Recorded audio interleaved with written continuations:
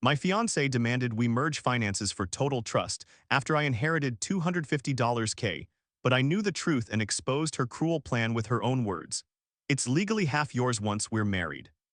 I'm Julian, 29 male, and my fiancée slept with her boss, then tried to trap me into adding her to my $250,000 inheritance. It's a sentence that still feels foreign, like a plot from a cheap movie, not the quiet, structured life I had so carefully built. For 5 years, that life was built around Alara. 5 years of inside jokes, shared dreams, and the comfortable rhythm of a couple who believed they had found their forever. We met in a way that felt like fate. I was a junior architect sketching a new community center in a coffee shop, and she was a marketing intern who spilled a latte all over my blueprints. In the chaos of brown liquid and frantic apologies, there was a spark. She had a laugh that could fill a room and an ambition that matched my own. We fell into step with each other so easily. Our first date turned into a 12-hour marathon of conversation that ended with us watching the sunrise from a park bench. Within a year, we had moved in together. Our apartment wasn't just a place to live, it was a testament to our partnership. I designed the custom bookshelves that lined the living room wall. She filled them with classic novels and art books. I cooked, she organized. We were a team. Our families adored each other. My parents saw Alara as the daughter they never had, and her parents treated me like a son. They praised my steady nature and my dedication to my career. Everyone saw us as the perfect couple, the ones who had it all figured out. When I proposed last year on the anniversary of our coffee shop catastrophe under a canopy of stars during a camping trip, her tearful yes felt like the final, perfect piece of our life puzzle falling into place. The first tremor in our perfect world came not with a bang, but with a quiet, sorrowful phone call. My grandmother Alina had passed away peacefully in her sleep. She was the matriarch of our family, a woman of quiet strength and surprising wit. I was her favorite, a fact she didn't bother to hide. We shared a love for old buildings and classic movies. Losing her felt like losing a cornerstone of my own foundation. A month later, the letter from her estate lawyer arrived. My grandmother, ever practical and loving, had left me the entirety of her savings, a sum that made me sit down and catch my breath. $250,000. It wasn't just money, it was a legacy. It was half a century of careful saving, of foregoing small luxuries, of a life lived with prudence and love. It was her final gift to me, a way to help me build my future. When I told Alara, she was appropriately sympathetic about my grandmother and outwardly thrilled about the money. She wrapped her arms around me, her head on my chest. "Oh, Julian," she whispered, "this is incredible. Your grandmother loved you so much. This is life-changing." And it was, but it changed things in ways I never could have imagined. The shift was subtle at first. The night I told her as we lay in bed, she brought up the wedding for the first time with a new kind of energy. "You know," she said, tracing patterns on my arm, "with this inheritance, we don't have to wait anymore. We could have the wedding of our dreams, and soon." I was still grieving, and the thought of wedding planning felt overwhelming. "I don't know, Alara, it feels a bit fast. I need some time." "Of course," she said, but I could feel a slight tension in her body. "I just mean, why put our future on hold? We could have that beautiful venue we saw downtown. We could put a real down payment on a house right after." A few days later, I found a spreadsheet open on her laptop. It was titled Wedding Fast Track. It had venues, caterers, and florists listed with aggressive timelines. When I asked her about it, she just smiled brightly. "Just getting organized, it's better to be prepared, right?" But she quickly closed the laptop, a gesture that felt less about humility and more about hiding something. The real alarm bell rang about a week after that. We were cooking dinner and she approached the subject of our finances, something we'd always kept separate aside from a joint account for rent and utilities. "Julian," she started, her tone serious and practiced. "I was thinking, now that we have the inheritance and we're planning the wedding, we should really start acting like a married couple. We should merge everything. Open a proper joint account for all our finances. It's about total trust, you know." I looked at her, cheese grater in hand. "All of our finances, including the inheritance." "Especially the inheritance," she said, her eyes wide and sincere. "It's our future, isn't it? It shouldn't be your money and my money, it should just be our money." Something about her phrasing felt wrong. It sounded rehearsed, like a line from a script. The idea of pouring my grandmother's entire legacy into a shared pot before we were even married, before the ink was even dry on the estate papers, sent a strange chill down my spine. For tea. The first time in 5 years, I looked at the woman I loved, and a flicker of doubt, small and cold, ignited in my heart. The pressure didn't let up. It became the new background music to our lives. Alara's suggestions about our finances evolved from gentle nudges to a full-court press, often wrapped in the language of love and commitment, which made it all the more unsettling. "I just don't understand your hesitation, Julian," she'd say, her voice tinged with a carefully crafted hurt. "Don't you trust me? Is that what this is? After 5 years, you think I'm going to run off with your money?" She would look at me with wounded eyes, and the guilt would be instantaneous. I'd find myself apologizing, trying to explain that it was about honoring my grandmother, not about a lack of trust in her. But my explanations never seemed to land. Her personality, once so open and sunny, seemed to be developing shadows. Her phone, which used to lie casually on the coffee table, was now always screened down or in her pocket. She started working late with a frequency that was unusual for her department. She was a senior marketing associate, good at her job, but not known for burning the midnight oil. "Another late one?" I asked one Tuesday evening, looking at the clock. It was nearly 9 p.m. "Big project," she texted back. "Damien is really pushing the team hard for the Q3 launch. Don't wait up." Damien Vance, the head of marketing at her firm. I'd met him once at a company holiday party 6 months ago. He was exactly the type you'd expect, tall, impeccably dressed in a suit that probably cost more than my monthly rent, with a predatory charisma that he wore like expensive cologne. He had a way of looking at people, especially the women on his team, that felt less like a boss and more like an owner inspecting his possessions. He'd shaken my hand with a grip that was a little too firm, his eyes lingering on Alara for a moment too long. "You're a lucky man, Julian," he'd said with a slick smile. "Alara is one of our brightest stars. We have big plans for her." At the time, I'd felt a surge of pride. Now his words echoed in my mind with a sinister undertone. The working late excuse began to feel flimsy, stretched thin from overuse. One Friday, after another text about a last-minute deadline, a wave of suspicion I couldn't ignore washed over me. I wanted to believe her, I truly did, but the doubt was a poison ivy creeping through my thoughts. On a whim, I decided to do something I never thought I would. I decided to check up on her. I drove to her office building downtown. It was a sleek glass tower, mostly dark except for a few scattered lights. I told the security guard I was dropping off a forgotten briefcase for my fiancée, Alara, on the 12th floor. He waved me through. The elevator ride up was the longest of my life, each number lighting up in sync with my pounding heart. When the doors opened, the 12th floor was silent and dark. Not a single light was on. The cleaning crew was just starting their rounds at the far end of the hall. "Excuse me," I asked one of the cleaners. "Are you sure everyone has gone home for the night?" The man nodded, not even looking up from his trash bin. "Everyone out by 7, mister, every night." A cold dread washed over me. She wasn't here, she had lied. I called her phone. It rang 3 times before she picked up, the sound of soft music in the background. "Hey honey," she said, her voice a little too bright. "Still buried in work here, what's up?" I leaned against the cold wall of the empty, dark hallway. My voice was quiet, steady. "Just wanted to see if you needed anything. Maybe a coffee." "Oh, that's sweet, but we're catered. Damien is a slave driver, but at least he feeds us," she laughed, a sound that suddenly felt hollow and foreign. "I should be out of here in another hour or so. Don't worry, I'll see you at home." I hung up the phone without another word. The lie was so bald, so effortless. She wasn't working, so where was she? And who was she with? The image of Damien Vance with his slick smile and possessive gaze forced its way into my mind. I stood there in the dark, the silence of the empty office floor mocking me. The small cracks in our perfect world had just split wide open, revealing a chasm I was terrified to look into. The days following that night in the empty office building were a masterclass in self-deception. I tried to convince myself there was a reasonable explanation. Maybe she had been at a different location, a client's office, a work dinner at a restaurant. I presented these theories to myself, but they felt like flimsy shields against a gathering storm. Her behavior only fueled my anxiety. She was distant, almost jumpy, her phone glued to her hand like a lifeline to a world I wasn't a part of. The breaking point came on a quiet Sunday afternoon. We were in the middle of a lazy day at home, the kind that used to be my favorite. Alar. I was in the shower and I was tidying up the living room. Our home office space is a small nook off the main room where we kept our shared laptop. I walked past it and noticed the screen was still on. Alara often used it to stream music while she worked, and she must have forgotten to close her browser. What was on the screen made my blood run cold. It was a web-based messaging app she used for work, and it was open to a conversation with Damien V. My heart hammered against my ribs, a frantic, trapped bird. I told myself to walk away, to respect her privacy, to cling to the last shred of trust I had, but I couldn't. My feet were rooted to the spot, my eyes drawn to the screen.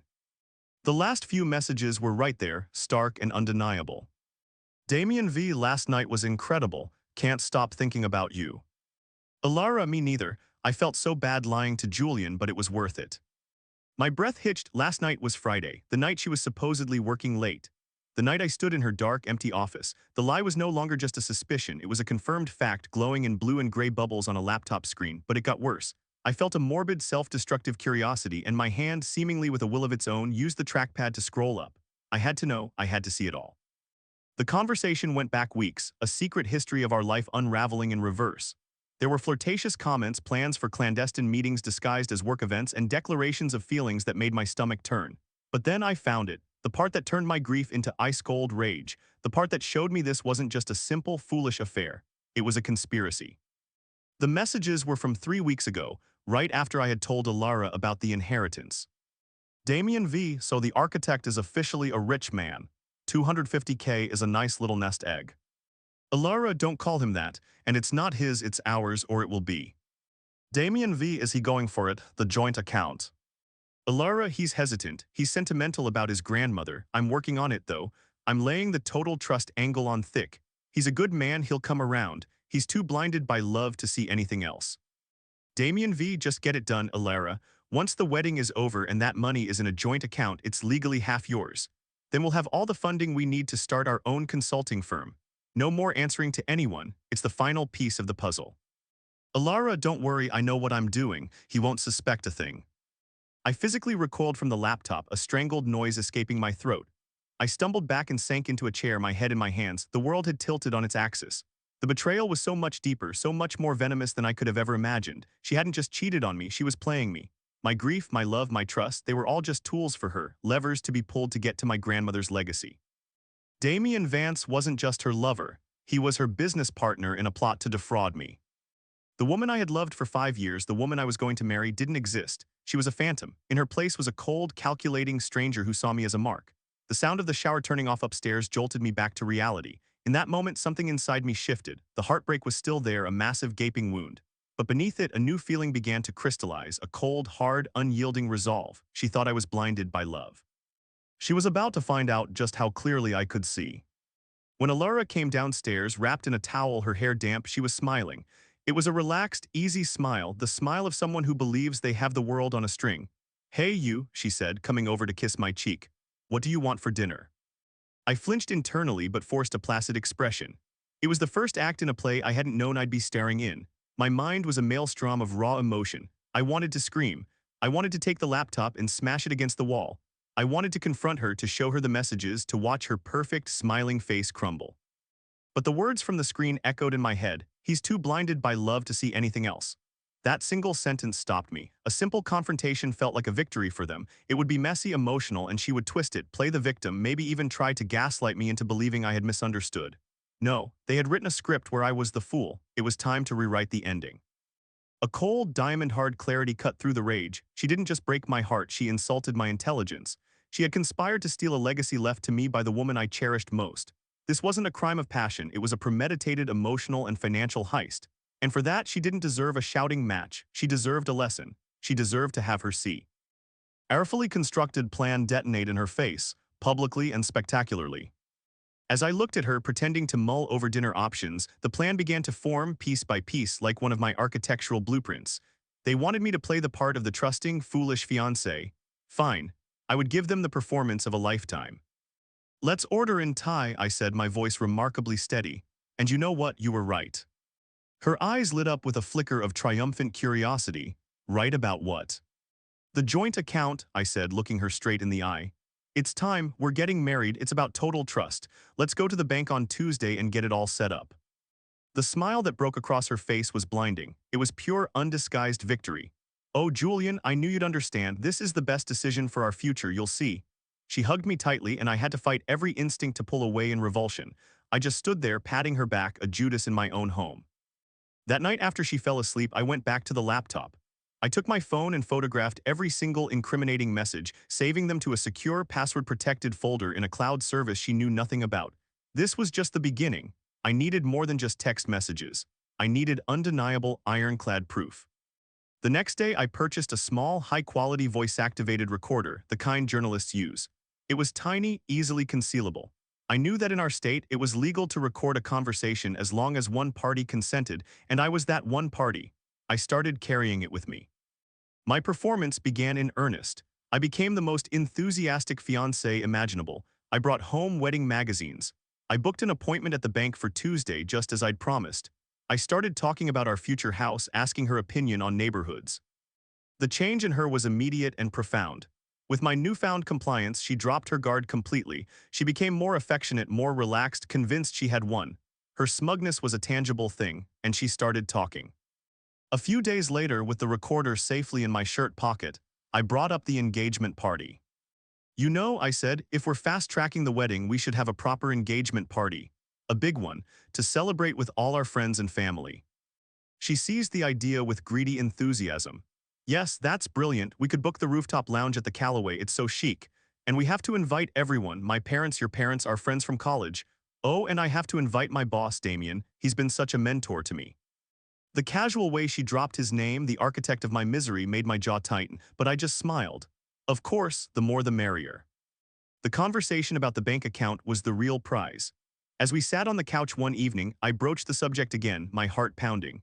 So, for the joint account on Tuesday, should I just have the full inheritance amount transferred right over, all $250,000?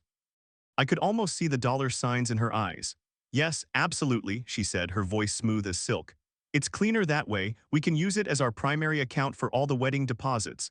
It'll be our money working for our future. And you think that's the smartest way to handle it? I pushed, feigning naivety. It's a lot of money to move at once.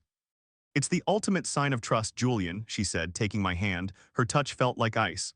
It shows me and the world that we are a single unit. Think of it as the first real step of our marriage. I had it, her own voice, coolly and calmly, confirming her intentions for the entire sum. It was one more piece of evidence, one more nail for the coffin I was building around her plan. I was no longer just the victim. I was the architect of her downfall. The next few weeks were the most surreal of my life. I was living a dual existence. On the surface, I was Julian, the doting fiancé, excitedly planning the wedding of the century. I went with Alara to tour the Callaway's rooftop lounge, nodding along as she talked about floral arrangements and signature cocktails. I sat with her and her parents, who beamed with pride, telling me how happy they were that Alara had found such a solid, trusting man. The irony was so thick I could have choked on it. Internally, I was a different person. I was a meticulous strategist, gathering evidence and counting down the days. Every loving text I sent was a lie. Every shared smile was a mask. Every discussion about our future was a scene in a play where I was both the lead actor and the director. The trip to the bank was a masterpiece of deception. We sat across from a cheerful bank manager named Susan. Alara held my hand, squeezing it with excitement. "We'd like to open a premium joint checking and savings account," Alara announced proudly. "We're getting married and we want to combine all of our assets." I smiled and nodded. "That's right. I'm expecting a rather large inheritance to be cleared soon, and I want it deposited directly into our new joint account." Susan walked us through the paperwork. I signed everything, creating the account with her. Alara was practically glowing. She believed she had done it, that the $250,000 was within her grasp. What she didn't see was the separate, private conversation I'd had with Susan a day earlier. I had explained that I was setting up the account in preparation for a wire transfer, but that I wanted a temporary freeze placed on any deposits over $1,000 until I could come in person alone with a specific code word to release the hold. I framed it as a security measure against wire fraud, and Susan had readily agreed. The account was real, but the money was never going in. As we left the bank, Alara was giddy. "See, that was so easy. Now we're truly a team." She kissed me on the street, and I felt nothing but the cold satisfaction of a plan clicking into place. Her confidence, now completely unchecked, made her careless. She talked to Damien on the phone more openly, believing I was too wrapped up in wedding plans to notice. She used our home laptop for their chats, no longer bothering to log out. I continued to document everything, my evidence folder growing into a comprehensive dossier of their deceit. I had screenshots, voice recordings, and now bank records showing a newly created joint account, waiting for a transfer that would never come. The most difficult part was facing my own family. My parents adored Alara. When we told them we had set the date for the engagement party, my mother cried happy tears. "I am so proud of you both," she said, hugging us. "Your grandmother would have been so thrilled." That single sentence was a knife to the gut. It strengthened my resolve. This wasn't just about my broken heart anymore. It was about protecting my grandmother's memory from the two people who saw her love as nothing more than venture capital. We sent out the invitations, elegant cream-colored cards with gold lettering. Alara personally handed one to Damien Vance at a team dinner she insisted I attend. Watching them interact was sickening. They were polished, professional, but underneath I could see the shared glances, the subtle touches on the arm, the secret smiles of co-conspirators. Damien shook my hand again, his eyes glinting with something I now recognized as condescending pity. He thought I was a fool. He had no idea he was shaking hands with the man who was about to burn his entire world to the ground. The days leading up to the party were a blur of final preparations. I helped Alara pick out a stunning white dress for the occasion. "It's like a preview for the real thing," she'd said, twirling in front of the mirror. I agreed, my voice hollow. "You look like a vision." The night before the party, as we lay in bed, she turned to me, her expression serious. "The inheritance check cleared, didn't it? I saw the letter from the estate lawyer on the counter." I nodded, my heart beating a slow, steady rhythm.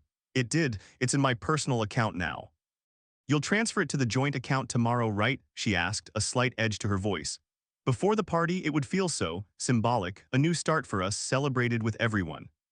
I looked at her, the woman I had once loved with every fiber of my being. Her face was a mask of gentle anticipation. Don't worry, I said, leaning in to kiss her forehead, a final, cold kiss of betrayal. Everything will be taken care of by tomorrow.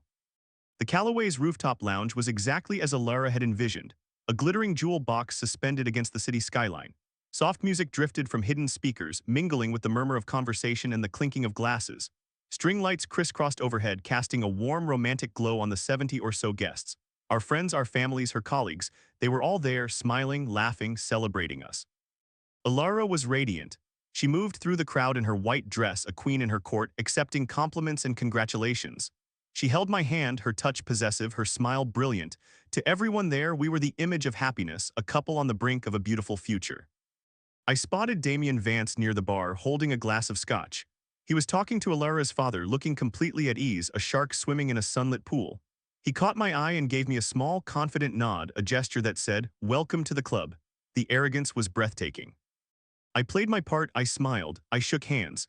I accepted backpats and well wishes. I let my parents hug me, telling me how proud they were. Each interaction was a small tear in my soul, but my resolve held firm. The folder of printouts in my inner jacket pocket felt like a block of ice against my chest. After about an hour, Alara's father tapped a glass with a spoon, calling for everyone's attention. He gave a heartfelt, emotional speech about his wonderful daughter and how happy he was that she had found a man like me. My own father followed, his speech full of warmth and humor. Then Alara got up. She spoke about fate, about our coffee shop meeting, and about how my love had made her a better person. It was a beautiful, soaring performance. Finally, she turned the microphone over to me. And now, my wonderful fiancé, Julian, has a few words to say. A wave of applause followed me as I walked to the small, raised platform. I looked out at the sea of expectant faces. Alara was in the front, her eyes shining with tears of joy. Her parents were beside her, beaming. My parents looked at me with pure love. It was the hardest moment of my life. I took a deep breath. "Thank you all for coming," I began, my voice clear and strong. "It means the world to us to have our closest friends and family here to celebrate this milestone." I looked directly at Alara. "Alara, when I met you, I thought I had found my future. You spoke just now about love, trust, and honesty, and those are the words I want to talk about tonight too. Because I've learned recently that these words, which are the very foundation of a life together, can also be used as tools. They can be twisted into weapons to deceive someone who has given you their whole heart." A confused murmur rippled through the crowd. Alara's smile faltered, replaced by a flicker of uncertainty. I reached into my jacket and pulled out the folded stack of papers. For 5 years, I believed we were building a life based on those principles, but it turns out I was the only one on the construction site. The other person on my team was busy making other plans. I held up the first printout. It was a screenshot of the initial messages. "I believe in honesty," I said, my voice ringing with a cold fury I didn't know I possessed. "So let's be honest. Alara has been having an affair with her boss, Damien Vance, for months." A collective gasp sucked the air out of the room. Every head swiveled, a pendulum of shock from me to Alara to Damien. Alara's face went white as her dress. Damien froze, his glass halfway to his lips. "But this isn't just a simple story of infidelity," I continued, my voice cutting through the stunned silence. "That I might have been able to understand in time. This was a business transaction." I held up the next page. "This is a conversation where Alara and Damien discussed my grandmother's recent passing and the $250,000 inheritance she left me." I read their words aloud. "He's hesitant," Alara wrote, speaking of me. "I'm laying the total trust angle on thick. He's a good man, he'll come around. He's too blinded by love to see anything else." Alara's mother let out a small, horrified sob. "And Damien's reply," I went on, my eyes locking on his. "Just get it done, Alara. Once the wedding is over and that money is in a joint account, it's legally half yours. Then we'll have all the funding we need to start our own consulting firm." The silence was now absolute, heavy, and suffocating. Alara was shaking her head, whispering no, no, no, but her face was a mask of pure horror. She knew she was caught. "So Alara," I said, my voice dropping but carrying across the silent rooftop. "The joint account we opened on Tuesday, the one you were so eager for me to fund before this party, it's still empty, and it will remain empty. The engagement is over. Our life together is over." I turned my gaze to Damien Vance, who looked like a statue carved from ice. And Damien, I wish you the best of luck with your new business venture. It seems you've just lost your primary investor. I set the microphone down gently on the stand. I looked one last time at the wreckage, at Alara now openly sobbing, her parents rushing to her side, at my own parents, their faces etched with disbelief and pain, at Damien being cornered by Alara's furious father. Without another word, I turned and walked away. I didn't run. I walked calmly through the crowd of stunned statues, out of the lounge, and into the cool night air, leaving the explosion of my former life behind me. The days that followed the party were a deluge. My phone buzzed incessantly with a chaotic mix of messages, furious texts from Alara's family, shocked and supportive calls from my friends, and worried voicemails from my parents. I ignored most of them, putting my phone on silent and retreating into a protective cocoon. Alara had tried to call me over 30 times in the first 24 hours. I blocked her number without listening to a single message. The fallout was swift and brutal. A friend who worked in the same building as Alara kept me updated. Damian Vance was suspended immediately, pending an internal investigation for unethical conduct with a subordinate. His reputation was in tatters. Alara was fired a week later. Scandal had become the main gossip of their corporate circle, a cautionary tale of greed and hubris. They were both disgraced, their grand plan for a consulting firm funded by my inheritance turning to dust. My own healing was a slow, arduous process. There was a profound sense of emptiness. The future I had been so sure of had been a mirage. The woman I had shared my life with was a stranger, a ghost. I spent a lot of time with my parents, who were heartbroken for me but endlessly supportive. We didn't talk much about what happened, we just were. We watched old movies, the same ones I used to watch with my grandmother, and their quiet presence was a balm on my wounded spirit. About a month after the party, I was sitting in my apartment, which now felt cavernously empty. Alara's things were gone, packed up by her sister while I was out. I was staring at my bank account online at the number that had caused so much pain, $250,000. It felt tainted, like cursed money. I didn't want to use it for a down payment on a house that would now be empty. I didn't want to use it for a future that no longer existed. Then an idea began to form. It started as a whisper and grew into a clear, resonant purpose. My grandmother Alina had been a woman who built things, a family, a home, a life of quiet dignity. The money was her legacy, and it deserved to build something, not to be a source of pain or a reminder of betrayal. The unexpected ending for Alara was not just that she was left with nothing. The real ending, the one she could never have anticipated, was what the money became. I spent the next 2 months working with a lawyer and a financial advisor. I took a significant portion of the inheritance, $200,000, and used it to establish a charitable foundation. I named it the Alina Thompson Foundation in honor of my grandmother. Its mission was simple: to provide grants to young, aspiring architects for community-focused projects, parks, libraries, shelters. It was a way to help other young builders get their start, to create things that would bring people together, not tear them apart. The first grant recipient was a brilliant young woman from the inner city who had designed a beautiful, sustainable community garden for a low-income neighborhood. Seeing her project break ground, seeing the joy on the faces of the community members was more satisfying than any revenge. It was creation. It was hope. It was turning the ugliest chapter of my life into something beautiful. I'm still an architect, I'm still healing. But now when I think about the inheritance, I don't feel the sting of betrayal. I feel the warmth of my grandmother's love repurposed and multiplied. Alara thought she was trapping me, but in the end she set me free. She wanted to build a future on a foundation of lies, and it collapsed. I took the rubble she left behind and started building something real, something that will last. And that is an ending she and Damien never saw coming. For anyone who has gone through a betrayal, know this: your life is your own design. Don't let anyone else's destructive plans become your final blueprint. You have the power to draw a new one. After listening to today's story, perhaps it has raised some new questions in your mind. Every day on Reddit, new experiences and moments create fresh stories. We are all human. If you enjoyed this story, feel free to share it. Thank you for your time, and don't forget to keep an eye out for more stories coming soon.